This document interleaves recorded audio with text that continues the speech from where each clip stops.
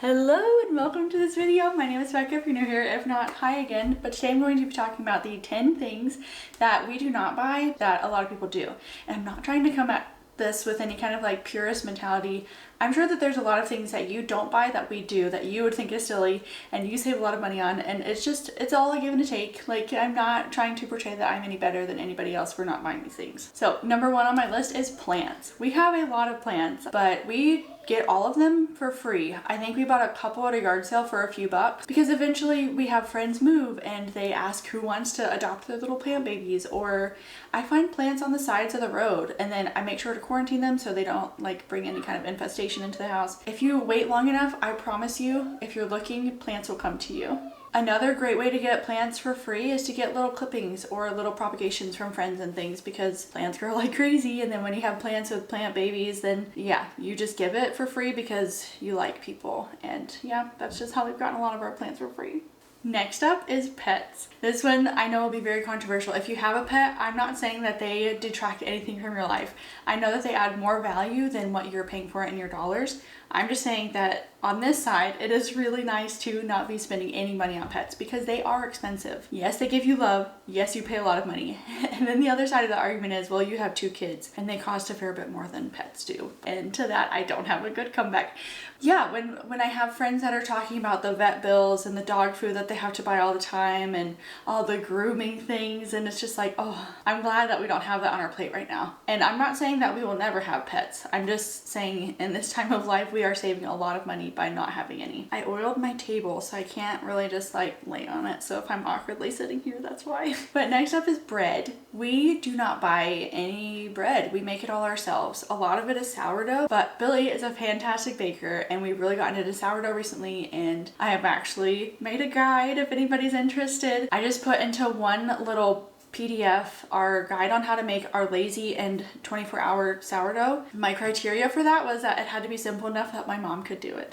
And it's safe to say it worked. Yeah, we have our lazy guide in it, and then I've also included 5 other recipes that we use all the time. So it's our English muffin, it's bagels, crackers, cookies, and then waffles. And yeah, seriously, we make those all the time, so I've included those in there as well. So that was an ad for myself. If you're interested in buying a sourdough guide, I'll have the link down below. So yeah, we don't spend any money on it, which is kind of a beautiful thing because we do eat a lot of bread. Like, we have 2 kids. I love peanut butter and jelly. It's one of my very favorite foods in the whole world. That shows you how mature I am. So we're constantly making something, and it saves us a lot of money in the long run, and it's just better bread with better nutrition value, and it's just all around a beautiful thing. Next up is a second car, and I know that we are very lucky in that regard because we live in Vancouver and my husband bikes to work, because first of all, that's an option, and 2, I don't really ever take the car out. I very rarely do, because everything that I want most days is within walking distance. So I just take our double stroller, I load it up for the day, and then I'll take the kids out to whatever, the parks, the amusements, anything.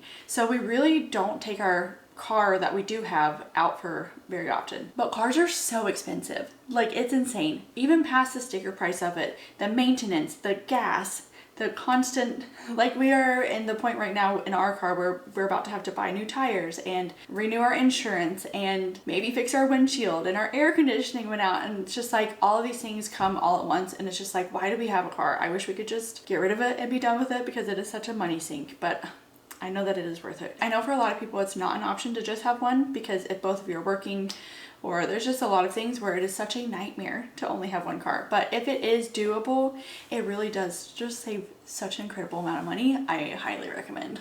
I do not buy any makeup, and I know this is kind of crazy as a woman, but I literally don't have anything. The only thing I will occasionally do is I will use a little bit of cocoa powder in my eyebrows if I want to give them some definition. That is it. I do a little bit of skincare. I have some face wash, some lotion, and I have like a salicylic acid, and I wear SPF most days that I'm going out for long periods of time. But other than that, there's nothing. And there's a few reasons for this. 1, I think it's terribly overpriced and it's just a big money sink. 2, I really am not good at it. And I am the kind of person that if I try something, it has to look really good, or if somebody can see that I'm not very good at it, then I think that that's more embarrassing. It's a really flawed logic, and I know that, but I get really angsty about like trying to wear makeup, and I know that it doesn't look very good. 3, I just think it's kind of like a toxic, unnecessary thing. And 4, I don't like the mental side of makeup, because I don't like it when women feel like they can't go out without wearing makeup. Like they get so used to how their face looks with everything painted on that they don't feel confident in their own skin. And that to me is just a no. But it's also just watching some of these like Sephora hauls or Ulta hauls where they go to these makeup shops and come out with hundreds of dollars for like 3 little products. I'm like, what? Anyways, the next one is takeout. We never ever buy takeout. I think we probably average getting like fast food once a year. We will occasionally go try like a nicer restaurant kind of thing. Like the other day we went and had sushi. It was me and Billy. We split one sushi plate and it was really fun. However, we don't even do that very often. Like it's very rare. And then we have never once in our lives ordered any kind of like DoorDash or Uber Foods or anything like that. I don't even know the names of them, because it's not worth it. Like if we're gonna get any kind of food, we're going to run out and not pay the additional fees. We're just too cheap. What can I say? And yeah, there's a few different reasons that we never buy takeout. One, it's always a disappointment. Back in the day when it was so cheap, it was actually worth it. Now you're paying so much money for something that tastes subpar. It doesn't make you feel full. It makes you feel like garbage, and it's not worth it across the board. It's also way bad for the environment. Like the whole structure of fast food is just horrible. Anyways, I'm just going off on really long tangents on all these. Yes, so we don't buy any fast food or takeout. Next one is toilet paper. So we don't buy any. We have some in our house for when guests come over, because obviously you need that. But no, we just have a bidet. We squirt ourselves clean, and then we have little cloth wipes that I used to use for William when we were cloth diapering him. And we've been doing it this way for years, and I have zero complaints. Like it is incredible. Once you go bidet, you can never go back. It feels barbaric to use toilet paper to try to wipe yourself clean. I will go on about this until the day that I die. The bidet is one of my top 5 very favorite purchases. Life-changing. I will swear by it. So yeah, we don't need toilet paper for that process, and it's great and we all love it. Next, we don't buy lots of drinks and snacks. So we have teas. We actually got a lot of these teas from the Buy Nothing group here in our neighborhood.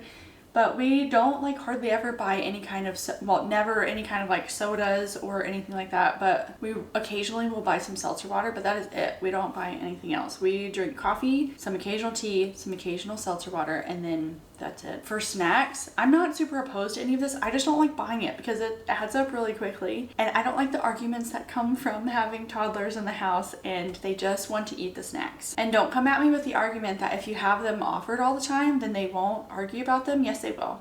Yes, they will. We have lots of treats. Anytime we go and do something fun, I'll get a special treat for it. Anytime we're at friends' houses or anything, I let them have whatever they want. I'm not restrictive in any way. It's just in our home, we make our own food and our own snacks, and we don't have any kind of like crazy juices or sodas or anything like that. It's just, we have to make it ourselves. And also in saying that, we are constantly baking. We're making muffins, cookies, everything under the sun, we make it. Anytime we feel like we want something sweet, there's no restriction over here. And also for snacks, it's just kind of crazy how we have this mentality now with kids that we have to be spending like hundreds and hundreds of dollars in our food budget to have these like packaged fancy snacks to go out and about with them. I constantly have 2 things in my diaper bag. It's a jar that has nuts in it.